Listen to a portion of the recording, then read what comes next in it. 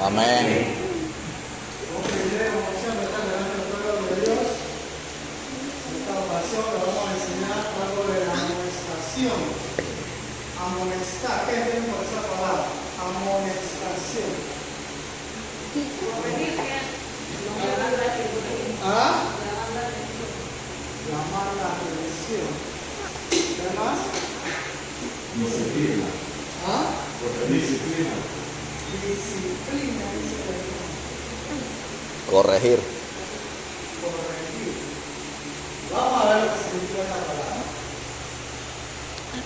Colosenses 3:16 dice: la palabra de Cristo mora en abundancia en vosotros, enseñando y exhortando. La palabra amonestar significa más bien exhortar unos a otros en toda sabiduría. No hay una palabra exacta para traducir la palabra griega. Papi, No, te pero trajo la bolígrafo. versión dice Te trajo bolígrafo. enseñar, exhortar, amonestar, aconsejar.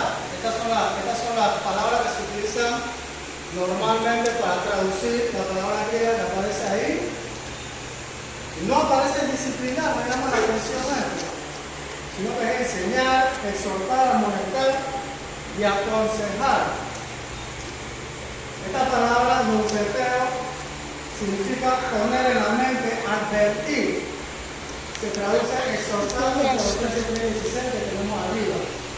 Entonces es poner algo en la mente del hermano, que es hacer una advertencia.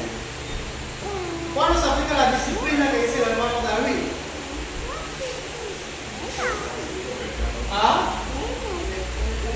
¿Cuándo se aplica la disciplina y cuándo se aplica la amonestación? Por eso me pareció muy interesante traer esta clase hoy.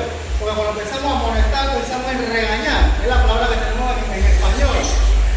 Pero lo que se traduce en realidad es enseñar, exhortar, aconsejar, advertir. Si una persona está en pecado, ¿vamos a hacer esta acción con esa persona? ¿Ah? Ahí no entra eso, hermano. Entra la disciplina. ¿Cuál es el principio para una persona que está en pecado?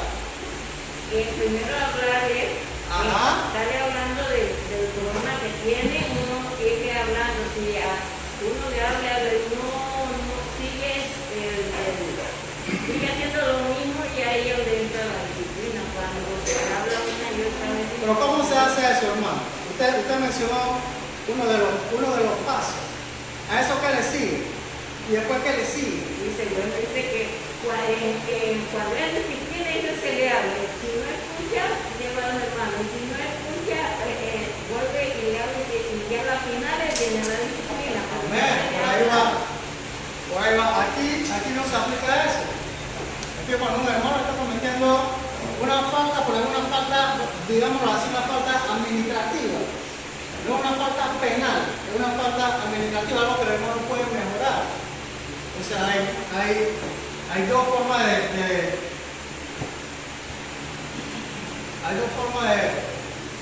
de tratar esto, de ver cómo se hace.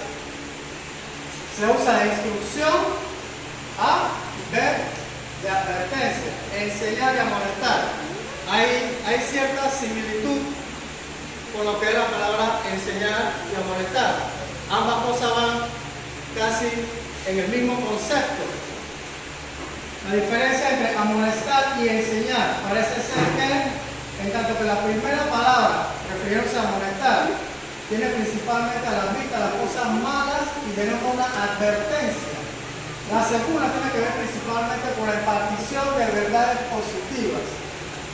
Ellos debían hacer que la palabra de Cristo morara ricamente en ellos, a fin de que pudieran enseñar y exhortarse mutuamente y abundar en alabanza de Dios. Eso refiriéndose a Colosenses 3:16. Entonces vemos que hay una pequeña diferencia, pero al final siempre los dos conceptos trabajan juntos. Literalmente significa poner en la mente o corazón para impartir entendimiento con el fin de corregir o enderezar. Le llama mucho la atención esto. ¿Con quién serían las personas que más uno tendría que amonestar aquí en la iglesia? ¿Quiénes serían esas personas?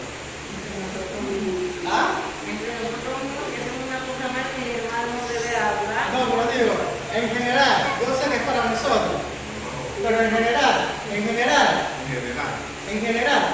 ya lo dije, a los niños espirituales, a los recién bautizados, a los que no han madurado, a estos hermanos entonces.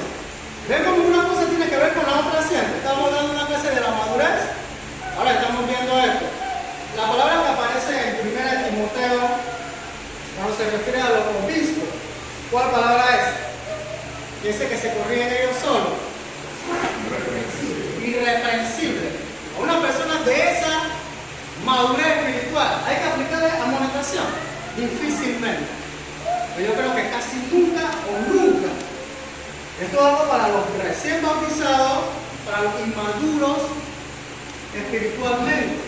Hay que estarle siempre exhortando, llamándole la atención, diciéndole, no veas por ahí es peligroso, vamos por acá, mejor, por acá es más seguro, es mejor. Entonces,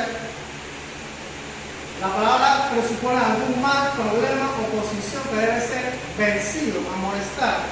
Quiere corregir la mente, mejorar la actitud espiritual para hacer la corrección necesaria. Es lo que vengo hablando.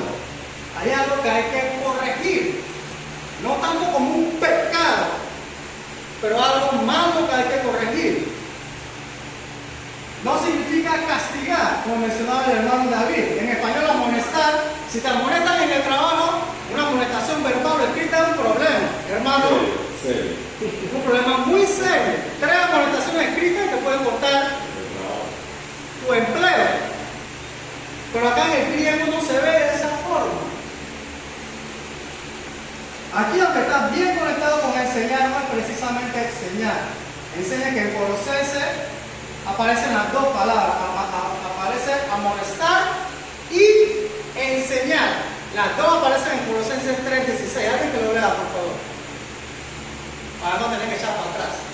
La palabra del Señor no es en abundancia en vosotros, enseñándoos y exhortándoos unos a otros con toda sabiduría, cantando con gracia en vuestros corazones al Señor con salmos e himnos cantos espirituales. Enseñando y exhortando. Exhortando siendo amonestando. Aparecen las dos palabras.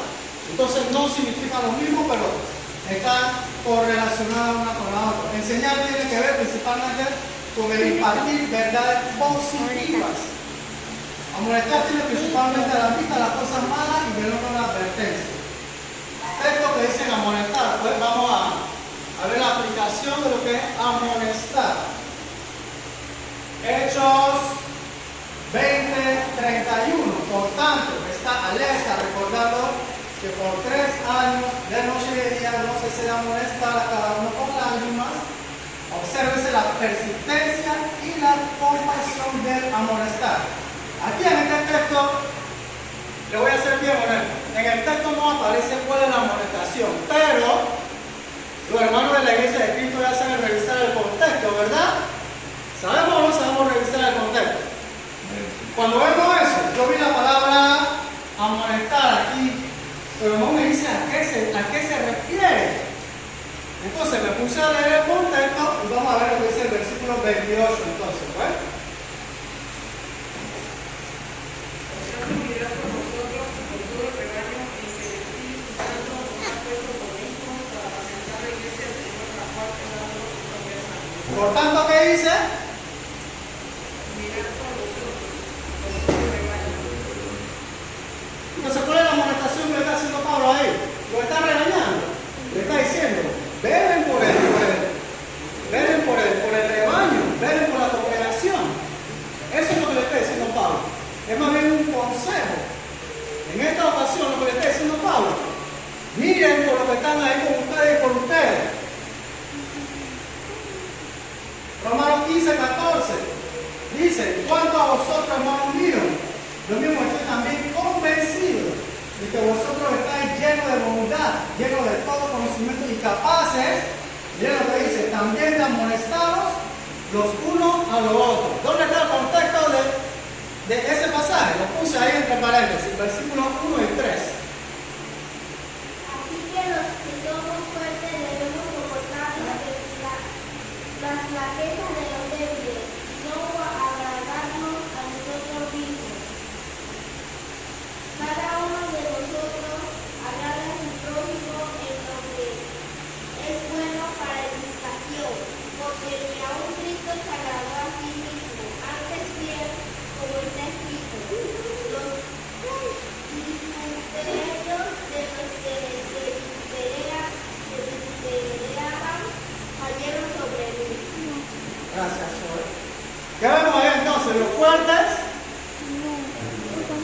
tienen que ayudar a los débiles, tienen que soportarlos, tienen que protegerlos. Esa es la amonestación de ese pasaje. ¿Qué más dice? Que Cristo lo hizo por nosotros. ¿No es así? Entonces, esa es la amonestación que se está dando ahí. No es un pecado, es un consejo que se está dando. Pablo le está poniendo algo en la mente, que tiene que velar uno por otro. ¿Qué más? Aquí hay 3 requisitos indispensables. En este capítulo 15-14 hay 3 requisitos para amonestar. Miren lo que dice: estar lleno de bondad, lleno de conocimiento y capaces de amonestar. Vamos a ver un poquito más de esto. ¿Cómo eso lleno de bondad? ¿Qué entienden cuando digo lleno de bondad? Se puede ir molesto con una persona, como alguien dijo, regañar por ahí. Me parece que regañar encaja ahí. No. ¿Ah? La actitud es muy importante. Las palabras con las que decimos las cosas, cómo nos proyectamos. Es necesario hacerlo de una forma que no ofenda. De repente lo que decimos, siempre digo esto, muchas veces lo que decimos no ofende, sino es cómo lo decimos. Entonces, si vamos a hacer algo bueno y no lo hacemos de esa forma, hay un dicho colombiano que dice: si me vas a pegar, no me regaño. Entonces, algo parecido. Si vamos a hacer algo positivo, no le damos la mejor actitud, entonces no se va a lograr el cometido. Eso es lleno de conocimiento. Eso lo vamos a estar viendo ahora más adelantito. Y capaces de amonestar. Todas las personas deben de poder amonestar en la iglesia. Escuchen, deben. Pero todas están capacitadas. Si no tienen el conocimiento para hacerlo, difícilmente. ¿Por qué? ¿Cómo vamos a amonestar? Amén. ¿Cómo amonestamos? De acuerdo a nuestra propia opinión. ¿Ah? Y si nosotros no conocemos nuestra Biblia, ¿cómo vamos a hacer eso? ¿Ah? Miren lo que dice aquí: y capaces también de amonestar los unos a los otros. Entonces, ¿de quién es la responsabilidad de amonestar? ¿De los colaboradores, de los administradores de la iglesia o de todos los hermanos? De acuerdo a este texto, capaces también de amonestar a los unos a los otros, dice. ¿Perdón? Yo digo que ahí habla de todo, porque uno con otro lo debemos amonestar para que ayudarnos con uno, porque si estamos haciendo bien, vamos a ayudar. Entonces, esto viéndolo de un escenario ideal, viéndolo asumiendo que todos los hermanos son maduros, porque la gran mayoría de los hermanos son maduros. Pero si no se da de esta forma, entonces difícilmente se va a poder amonestar. Esto es lo que le digo. Si voy con esta actitud, se puede lograr algo. La misma imagen. Yo no sé qué le están diciendo, pero el lenguaje corporal le dice como que lo está regañando, le está acusando de algo y el otro tiene la mano así en el pecho. Entonces, esta imagen me pareció muy apropiada para lo que estamos viendo. Todo miembro debe amonestar, pero primero debe prepararse para hacerlo. De otro modo puede hacer más mal que bien. Eso es lo que estamos viendo. Por el lenguaje corporal, de repente no le está diciendo nada malo. Yo no sé qué le está diciendo, ni en qué idioma, ni siquiera se lo está diciendo. Pero de acuerdo al lenguaje corporal, se ve que no está pasando nada agradable ahí. Hermano David se ríe.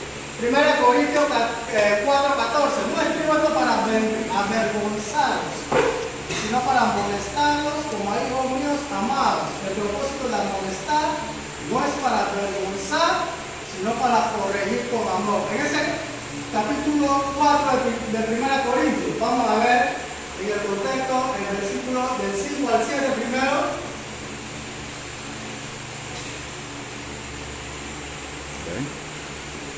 Así que no juzguéis nada antes del tiempo, hasta que venga el Señor, el cual aclarará también lo oculto de las tinieblas y manifestará las intenciones de los corazones.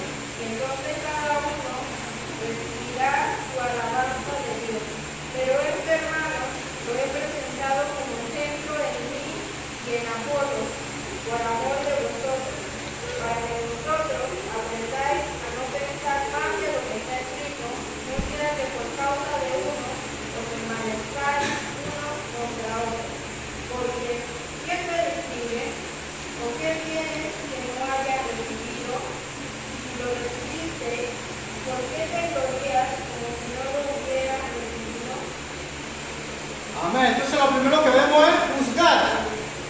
segundo podemos no ir más allá de lo que está escrito. Y lo tercero, como está Pablo, él mismo es la persona que se gloria a sí misma, lo agrandado que le llamamos nosotros. Entonces ahí en el contexto, como le digo, si revisamos bien con cuidado, siempre podemos encontrar de qué se trata que está hablando Pablo. Vamos a leer el versículo 10 ahora. Nosotros somos insensatos por amor de Cristo, a vosotros prudentes en Cristo, nosotros débiles, a vosotros fuertes, vosotros honorables, a nosotros despreciados. ¿Se recuerda lo que leímos en Romanos antes? Vamos a ponerlo acá. Romanos, contra vosotros, hermanos míos, lo mismo. El contexto ahí era que los fuertes que trabajen por los débiles. Entonces acá Pablo está diciendo nosotros, por ustedes. No hacemos débiles para que ustedes sean fuertes. ¿Qué otra cosa es lo que dice? No hacemos débiles para que ustedes sean fuertes. Nosotros despreciados, ustedes honorables. O sea que nosotros somos un escalón para que ustedes pisen encima de nosotros y sigan avanzando. Es lo que está diciendo Pablo. En otras palabras, nosotros les servimos para que ustedes avancen. Pregunta, ¿dónde está el hermano calladito?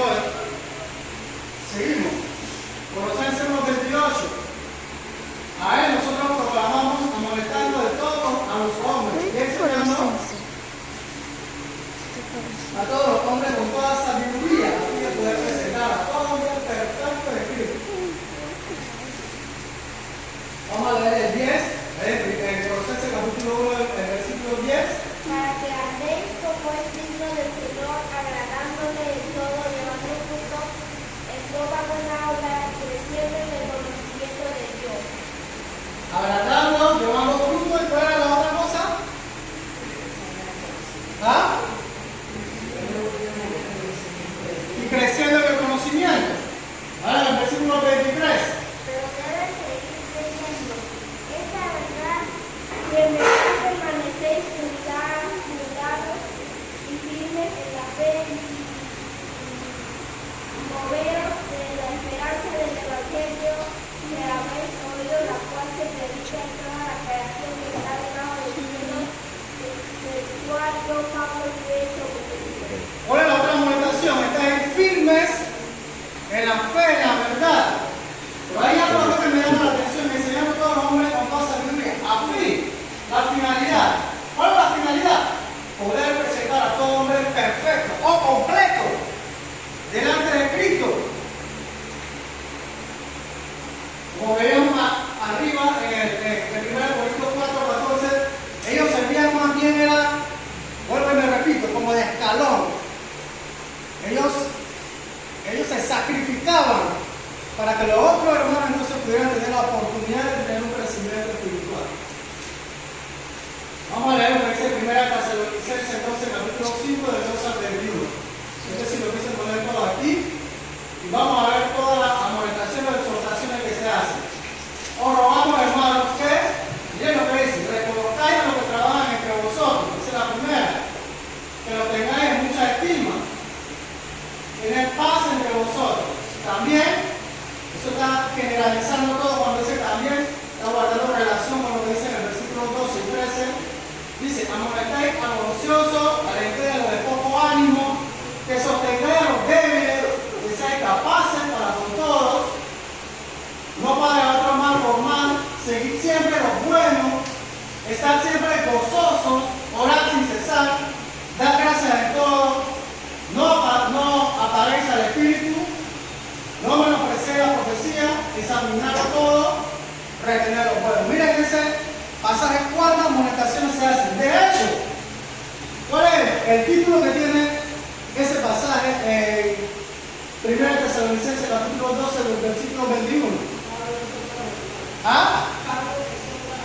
Pablo exhorta, entre paréntesis, Pablo amonesta a los hermanos. Es lo que está haciendo Pablo en este pasaje.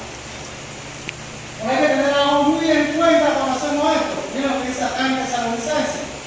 Según el Tesalonicenses 3:15, dice, sin embargo, no lo tengáis por enemigo, sino amonestadle como a un hermano. Si lo amonestamos como un hermano, se va a sentir como si fuera nuestro enemigo. ¿Ah? Nada más hacen así. Se va a sentir, si alguien me amonesta en la iglesia, me amonesta de la forma correcta, no voy a sentir que es mi enemigo.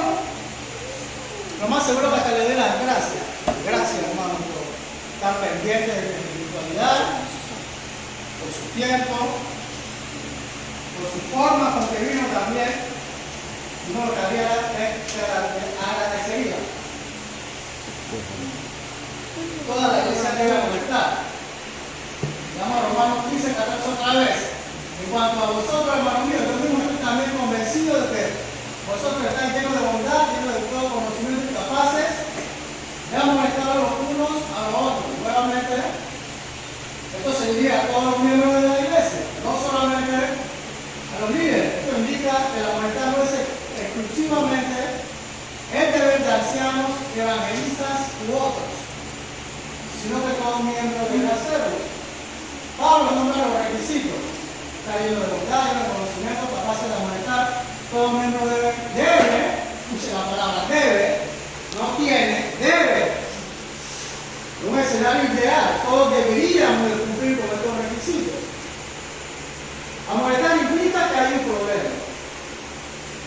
Amonestar implica que hay algún obstáculo que vencer, algo va mal. Recordemos que enseñar no implica problema, pero amonestar sí. Amonestar tiene el propósito de corregir el mal y resolver el problema, no por medio del castigo. Cuando pensamos en disciplina, en la iglesia pensamos en castigo. La disciplina es un castigo. ¿Ah? Nunca había preguntado, pero la disciplina es un castigo. Una forma de corregir. ¿Ah? Para ayudarnos también. La disciplina es para ayudarnos. Es un castigo. Una forma para mejorar. ¿Ah? Se siente como un castigo. Es algo como vergonzoso también. Pero su finalidad es algo positivo. ¿Para qué ponernos a un hermano en disciplina? Para que corrija su pecado. Pero si no pasamos por ese proceso doloroso de que nadie de la congregación lo hable, ¿cómo vamos a mejorar si estamos practicando el pecado? Esa fue la forma que Dios, en su inmensa sabiduría, escogió para que nosotros mejoráramos de nuestros pecados. Amonestar implica específicamente la necesidad de cambio en la persona amonestada.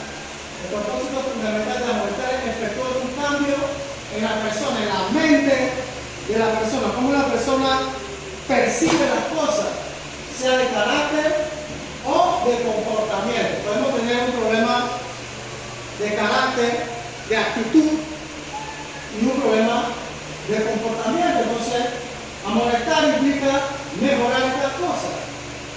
No tanto por qué, sino específicamente qué.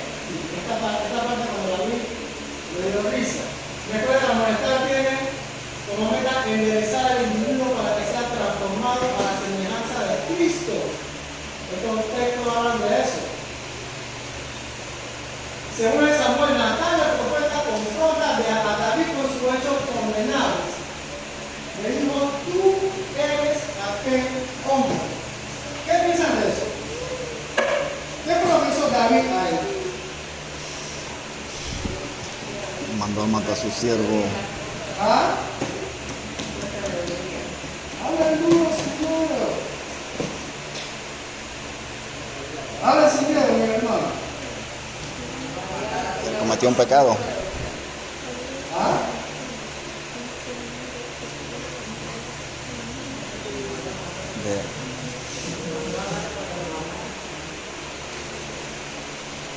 Ok, según la ley de Moisés. Yo voy a hacer la abogada de David ahora mismo. Según la ley de Moisés. No, voy a ganar. Según la ley de Moisés. ¿Qué fue lo que hizo David? Pecado de muerte. No, no. Por eso te digo, voy a defender a David, voy a ganar. ¿Qué fue lo que hizo David? Él fue el que mandó matar a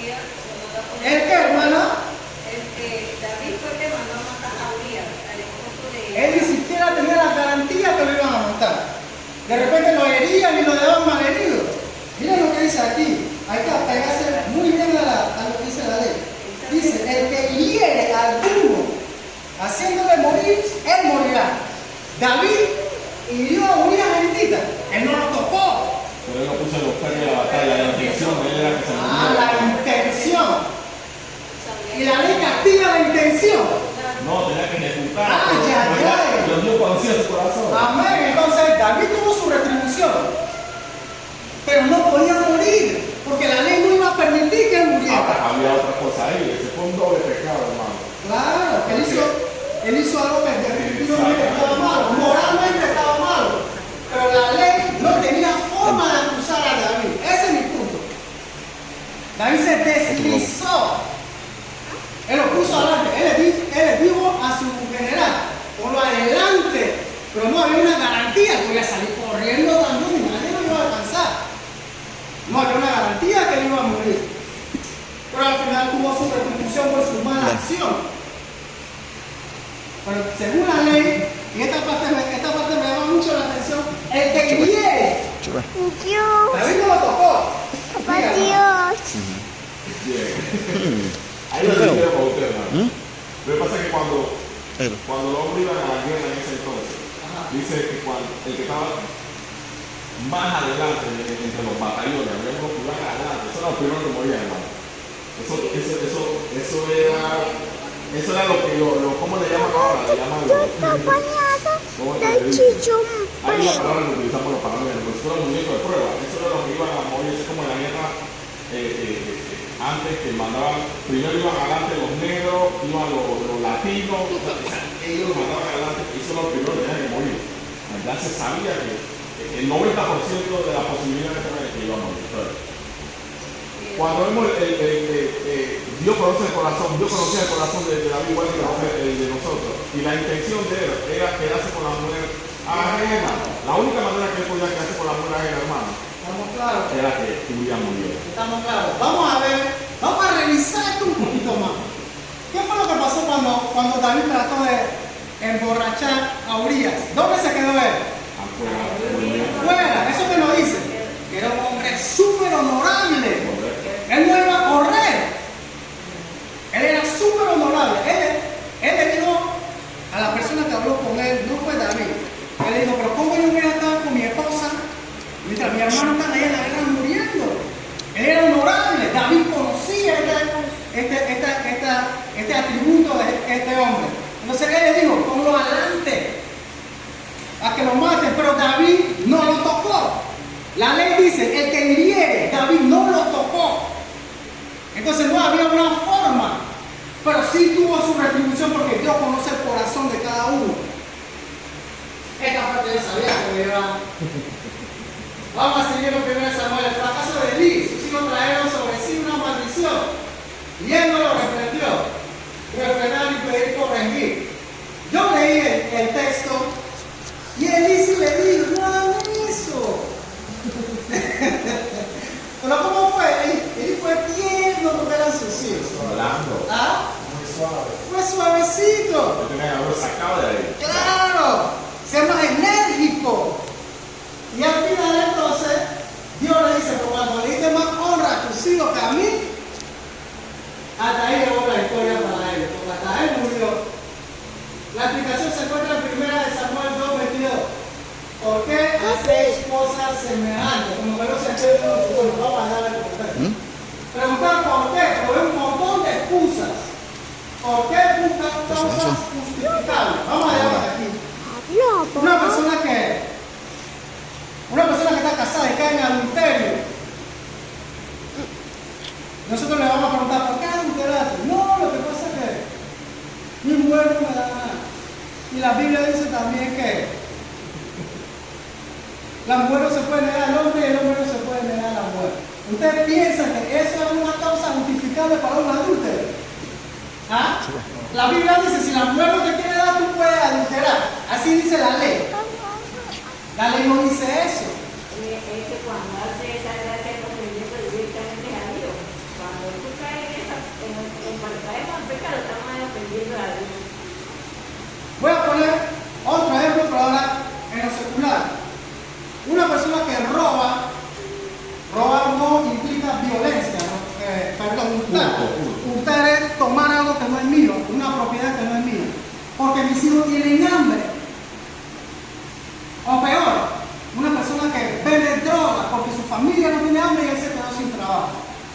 y lo captura la policía. ¿Se justifica eso? ¿Ah? ¿Se justifica? No, mi familia no tiene que comer, mi hija tiene que comer cada día, que no come. Al juez tú le vas a decir eso.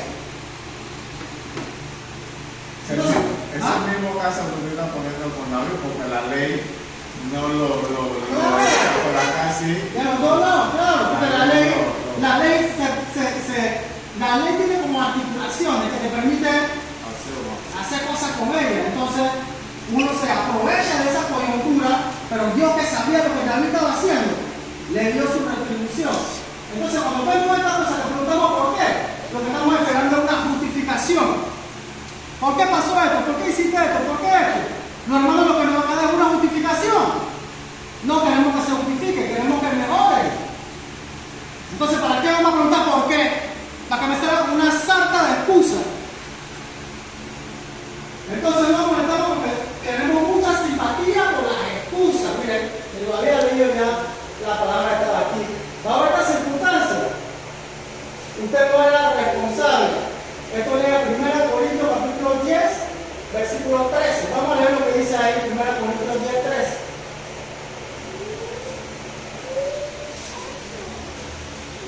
No os ha sobrevenido ninguna tentación que no sea humana, pero fiel en Dios, que no os dejará ser tentado más de lo que podéis resistir, sino que dará también justamente por la tentación la salida para que podáis soportar.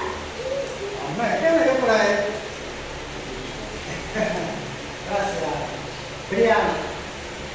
Sí, entonces ahí vemos que para todo hay una salida. Bueno, pero preguntamos por qué, lo que estamos esperando es excusas. Y si es mi hermano David, de repente es uso, David es mi hermanito.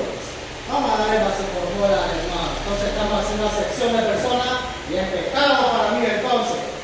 Así hacen muchos psiquiatras y psicólogos y aún ancianos y predicadores. ¿Por qué esto? ¿Por qué aquello? Se malgasta mucho tiempo preguntando por qué.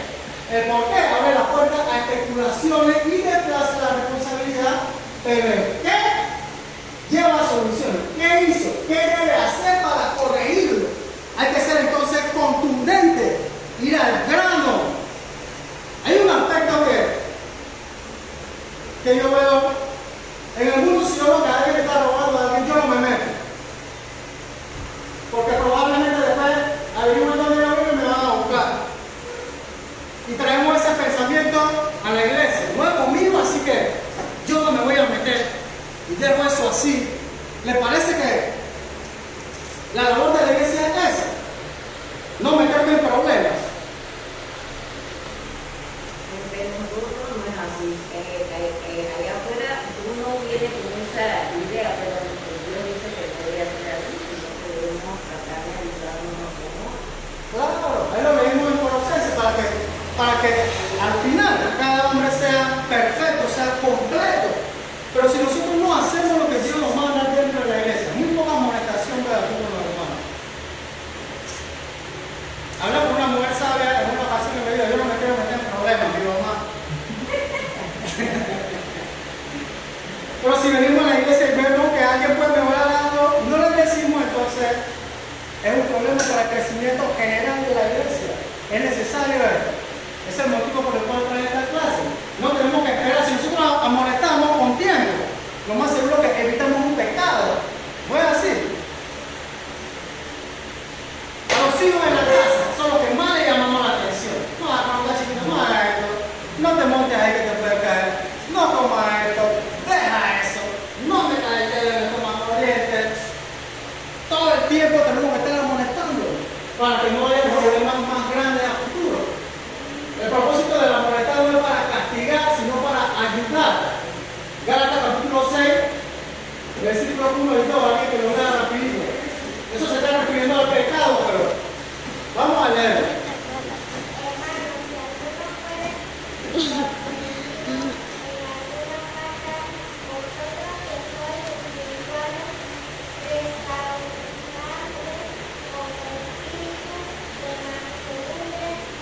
Considerándote a ti mismo, no sé, que tú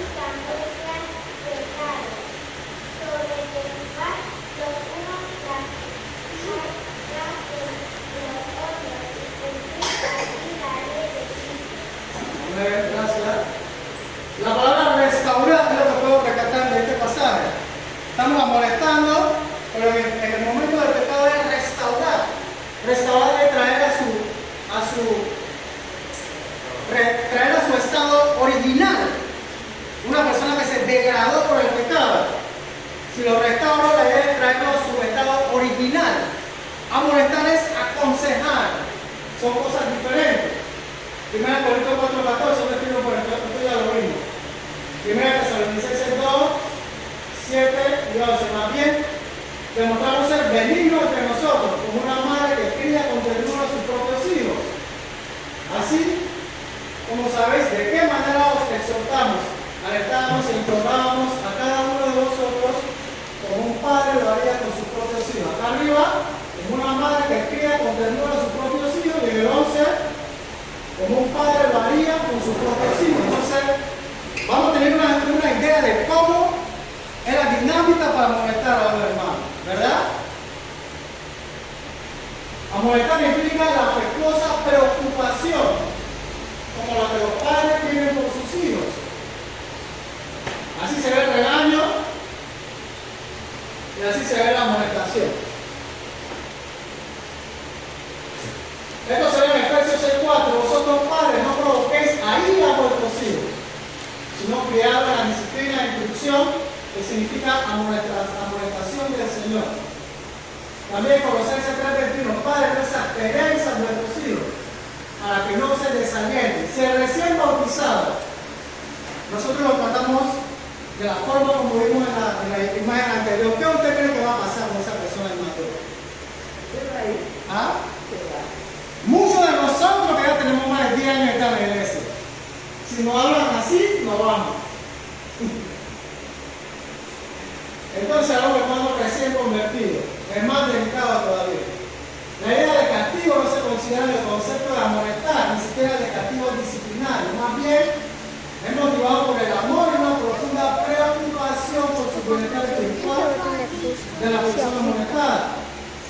El pecado, ¿para qué? El pecado es como cáncer espiritual, hace daño, nos mancha, nos esclaviza, nos destruye, porque nos aleja de Dios. La amonestar es para reparar ese daño. Bueno, ahí no estoy de acuerdo. Pablo amonesta con lágrimas, por tanto está alerta, recordando que por 3 años de noche y de día no se cede amonestar a cada uno con lágrimas. Ahora se suprimen las emociones por Jesús. Pablo y Timoteo derramaron lágrimas por su preocupación por la gente. Estamos nosotros preocupados por el hermano que tenemos sentado al lado, solo nosotros sabemos. Colosenses 1:28. Ahí nosotros proclamamos amonestando a todos los hombres y enseñando a todos los hombres con toda sabiduría, a fin de poder presentar por enseñar lo mismo. Este es el verdadero propósito de amonestar, presentar a todo hombre perfecto en Cristo. Debemos amonestar con la Escritura. Según el Timoteo 3:16, ¿quién se lo sabe? Cada Escritura es útil para un montón de cosas.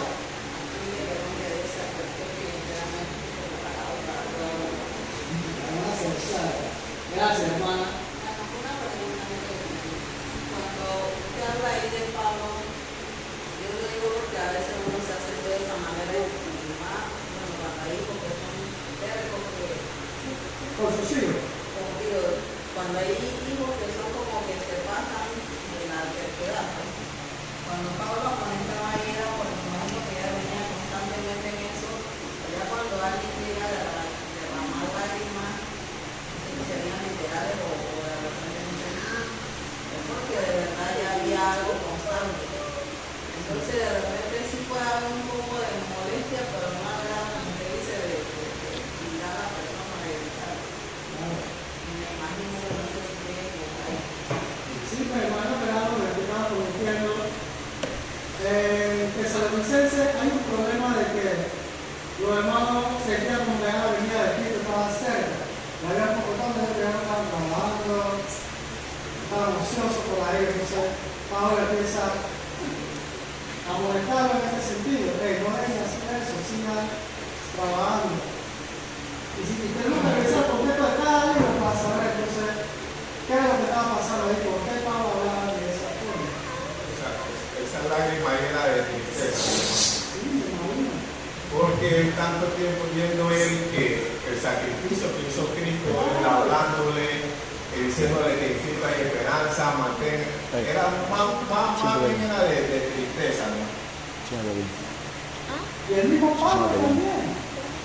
Cuando vemos todas las cosas que Pablo abandonó, todos los sacrificios que hizo, hay una parte de lo que es en segunda de Corintios, él dice que la última cosa que faltó sufrir por la iglesia, él estaba sufriendo en su carne. Entonces era difícil para él también esta tarea, no era fácil. Bueno, como le digo la hermana, este texto no es solamente para probar que las escrituras son inspiradas, sino para qué sirve. También enfatiza que la escritura hace lo que Pablo dice en 1 Corintios 1:38, que sirve para llevar a la perfección a los hermanos. De la misma forma que se malgasta mucho tiempo preguntando por qué, también se malgasta tiempo amonestando pero sin usar los textos bíblicos apropiados al caso. Si nosotros vamos de una persona y no nos fundamentamos en lo que dice la Biblia, entonces hay un problema, no tiene la misma contundencia cuando lo hacemos con nuestras opiniones a que cuando nos fundamentamos bíblicamente. Dígale, hermano Alfredo. Eso que usted dice del por qué una persona sabia me pregunta por qué. ¿Por qué? ¿Por qué, hermano? ¿Por qué hiciste eso? Simplemente ya sabe que fallaste, ¿no? Ya sabe que robaste, te metiste en droga, o que mediaste, o que fornicaste, o que adulteraste. Ya lo sabe. Por eso que ahí ya no decir. A él no le interesa, sabiamente no le interesa eso, lo único que le interesa es ayudarte. No te va a preguntar, pero ¿por qué lo hiciste? Ya eso es bochinche. Una persona que te pregunta eso ya viene mal. Porque quiere como indagar. Eso no tiene nada que ver. Si quieres ayudar, tú necesitas preguntarle a la persona ¿por qué le pegaste a tu mujer? ¿Quieres saber detalles? Ya lo único que sabe es que le pegó a la mujer, no hay problema. Ahora él lo quiere ayudar. Pero ¿por qué? Ya, por alguna razón, pero por eso no va a ayudar en ese momento a solucionar la situación. Ese es el hombre curioso. Ya una persona te pregunta ¿por qué? Alfredo, ¿por qué hiciste eso? Ya, por más que venga, por más que venga, que tenga, ya viene. No, que no lavó los platos, que Oliver estaba sucio en la casa, que yo no sé qué. Eso no justifica que le diste otra casa. Si la persona quiere ayudar, simplemente se va a dedicar a hablar con la palabra de Dios y a ver cómo ayuda con el consejo bíblico a la persona. Esa es la forma. Pero estamos todos capacitados para hacer eso de esta forma. Lo dejo hasta ahí. Yo pienso, yo sugiero fuera mejor, etcétera, no lleva mucho peso. Lo que cuenta, lleva peso, es la palabra de Dios.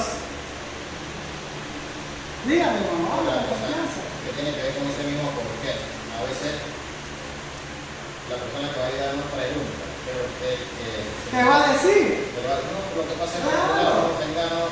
sí, ok. Lo que pasó, en verdad, pasó. ¿Qué va a decir? Sin embargo, ahí también tenemos que ser muy, porque eso es lo que estamos viviendo últimamente con varios hermanos de la iglesia, que comienzan a yo no le pregunto, porque no le pregunto, no me interesa. ¿Qué dice? Los mismos hermanos comienzan a decir, no, que fulano, que fulano, que esto, que lo otro, que lo otro. Solo los baños. Yo también puedo caer como que son bastante cáscaras para cualquiera pisar la isla. Bueno, Ahí te lleva, tú hermano. sabes que tú también lo debiste, no nada de eso, ayudar, es bien difícil. Busca para allá. porque hay gente que Mirando los baños, quiere pues. justificarse por la falta que hicieron, diciendo el porqué también, pero en verdad eso no va a ayudar a la solución. Esa persona necesita escuchar lo que quiera, de aquí en adelante. Eso es lo que me da a las mujeres, es porque, pero ¿cómo te dejaste atrapar? Pero tú también, simplemente le digo, no lo hagas más. Vete, ni yo te condeno, ¿no? Vete, no lo hagas. De ahí para adelante, de ahí para atrás, eso no le interesa nada. Vete, no te más. Sí, de ahí para adelante es que uno le interesa, pero de ahí para atrás, lo que ya pasó, pasó. Así es.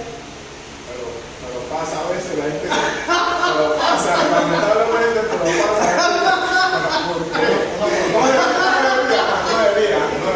Sí, escucha, pero no se mete, no sigue adelante. Eso es lo que yo he hecho esta misma semana, me tocó hacerlo como 2 veces.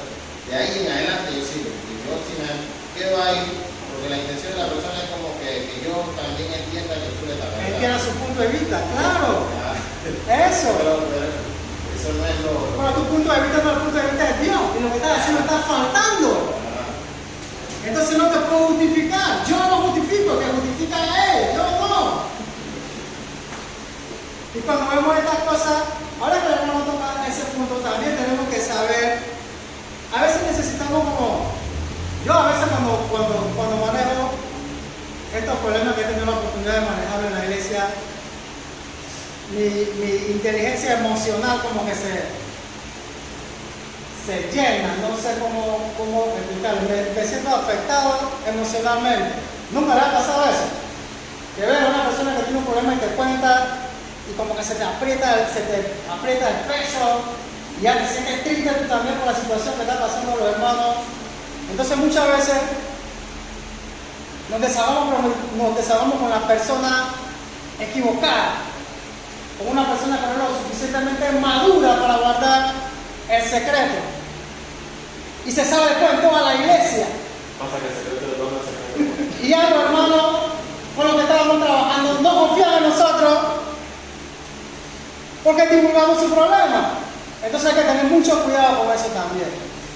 Los hermanos cuando van a hacer esto tienen que tener mucho cuidado, porque si ocurre lo que dice el hermano Alfredo y te confiesan algo que es muy privado, muy personal de ellos, y luego nosotros lo divulgamos, la iglesia se entera, esa persona va a estar avergonzada. Y ya yo no quisiera venir más a esta iglesia, la verdad. Pero hay un poco de hermanos cochinchosos. Entonces mucho cuidado con eso también. Puede pasar, no digo que haya pasado, pero puede pasar. Conclusión, pues amonestarme es sinónimo de enseñar, pero está muy relacionado. Como vimos, hay que utilizar la Biblia para fundamentarse. Todo miembro debe amonestar, pero debe estar primeramente calificado para hacerlo, estando lleno de bondad, lleno de conocimiento y capaz de amonestar. Amonestar implica que hay problemas, que algo no está bien, algo va mal. Amonestar no pregunta por qué, que abre la puerta a un montón de excusas, sino que para llegar al grano y para poder ayudar a solucionar el problema. Amonestar no es castigar, sino ayudar con corrección. Amonestar con escritura, no con opiniones y sugerencias personales. Es necesario tener la madurez y el carácter para acercarse a los hermanos y amonestarlos en el amor de Cristo. A veces no lo queremos hacer porque no lo queremos incomodar. A veces tenemos que confrontar, no nos gusta discutir. Pero cuando nos bautizamos tenemos que saber que esa es parte del compromiso. ¿Cómo te digo algo que estás haciendo mal? Sin que te molestes conmigo, de repente te vas a molestar. Yo no puedo saber cómo lo vayas a tomar. Nosotros cuando nos metemos en ese conflicto con los hermanos, un 85-90% de las veces los hermanos salen bravos con nosotros. Pero no por eso hay que dejar de hacerlo. Entonces hay que tener coraje para estar en los caminos de Dios. No podemos ser cristianos pasivos. Hay una parte, aquí se la voy a leer, no está en la clase, pero si me acaba de venir a la mente este texto, vamos a buscar Efesios.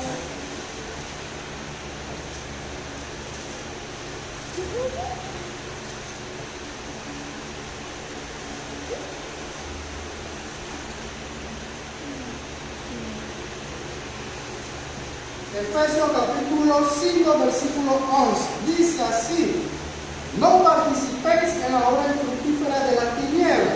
Si nosotros sabemos que un hermano está en pecado y nosotros no hacemos nada por ese hermano, estamos participando con ese hermano. Dice, sino más bien reprenderlas. Tenemos que reprender, no nos podemos quedar callados en ninguna situación. Hay que amonestar, hay que reprender, hay que corregir, hay que hacerlo. Pero si usted sabe, yo no sé, si no se atreve a decirme a mí, entonces prepárese usted, busque los textos correspondientes en la Biblia y vaya a llegar a lo que corresponde. Dice, amonestarlos a los hermanos del amor de Cristo sin ofenderlos ni humillarlos. También es necesario que guardemos un buen testimonio de nuestras vidas cristianas para que no tengamos estorbo a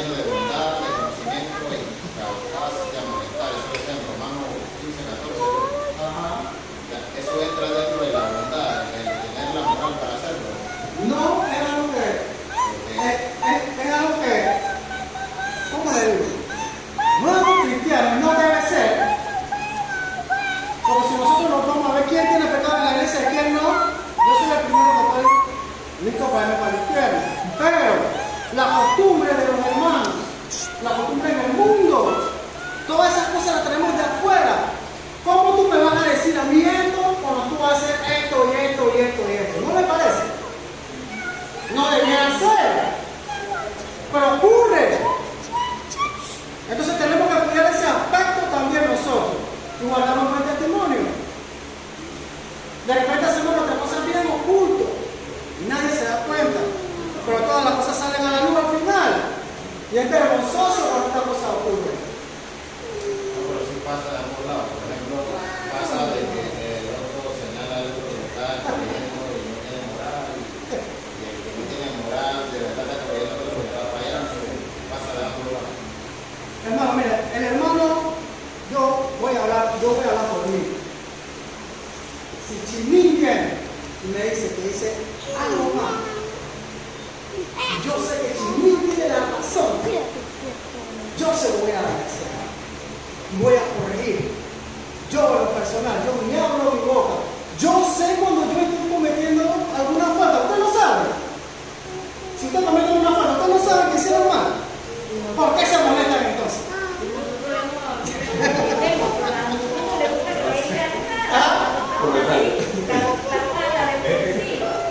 Mire, lo que pasa es que, como usted mencionaba, que el 80% de las personas